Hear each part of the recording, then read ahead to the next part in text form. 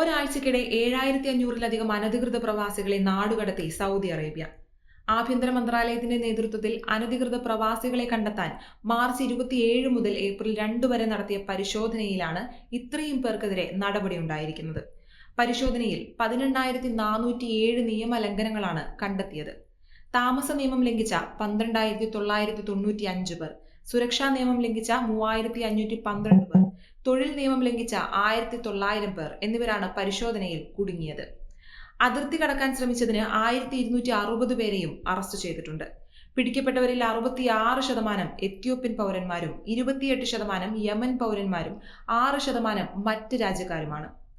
അതിർത്തി കടന്ന് രാജ്യം വിട്ട് രക്ഷപ്പെടാൻ ശ്രമിച്ചതിന് 67 പേരും അറസ്റ്റിലായി. നിയമലംഘകർക്ക് അഭയം നൽകിയതിനും അവരെ മറ്റൊരിടത്തേക്ക് മാറാൻ സഹായിച്ചതിനും 21 പേരെയും സുരക്ഷാസേന അറസ്റ്റ് ചെയ്തിട്ടുണ്ട്.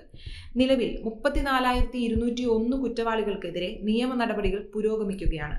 ഇതിൽ 32,453 പേർ പുരുഷന്മാരും 1,748 പേർ സ്ത്രീകളുമാണ്.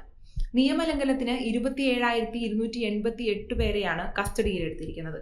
ശരിയായ യാത്രാരേഖകൾ ലഭ്യമാക്കുന്നതിന് അതത് രാജ്യങ്ങളിലെ എംബസികളുമായി ബന്ധപ്പെടാൻ ഇവർക്ക് നിർദ്ദേശം നൽകിയിരിക്കുകയാണ്.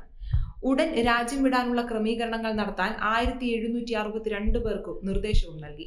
അതിർത്തി സുരക്ഷാ ചട്ടങ്ങൾ ലംഘിച്ച് രാജ്യത്തേക്ക് പ്രവേശിക്കാൻ ശ്രമിച്ചാൽ കർശന നടപടി നേരിടേണ്ടി വരുമെന്ന മുന്നറിയിപ്പാണ് ആഭ്യന്തര മന്ത്രാലയം നൽകുന്നത്.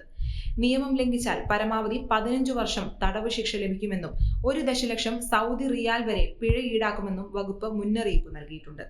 അതിനിടെ ഇന്ത്യ ഉൾപ്പെടെയുള്ള 14 രാജ്യങ്ങളിലെ പൗരന്മാർക്ക് വിസ നൽകുന്നത് താൽക്കാലികമായി നിർത്തിവെച്ചതായി സൗദി അറിയിച്ചു.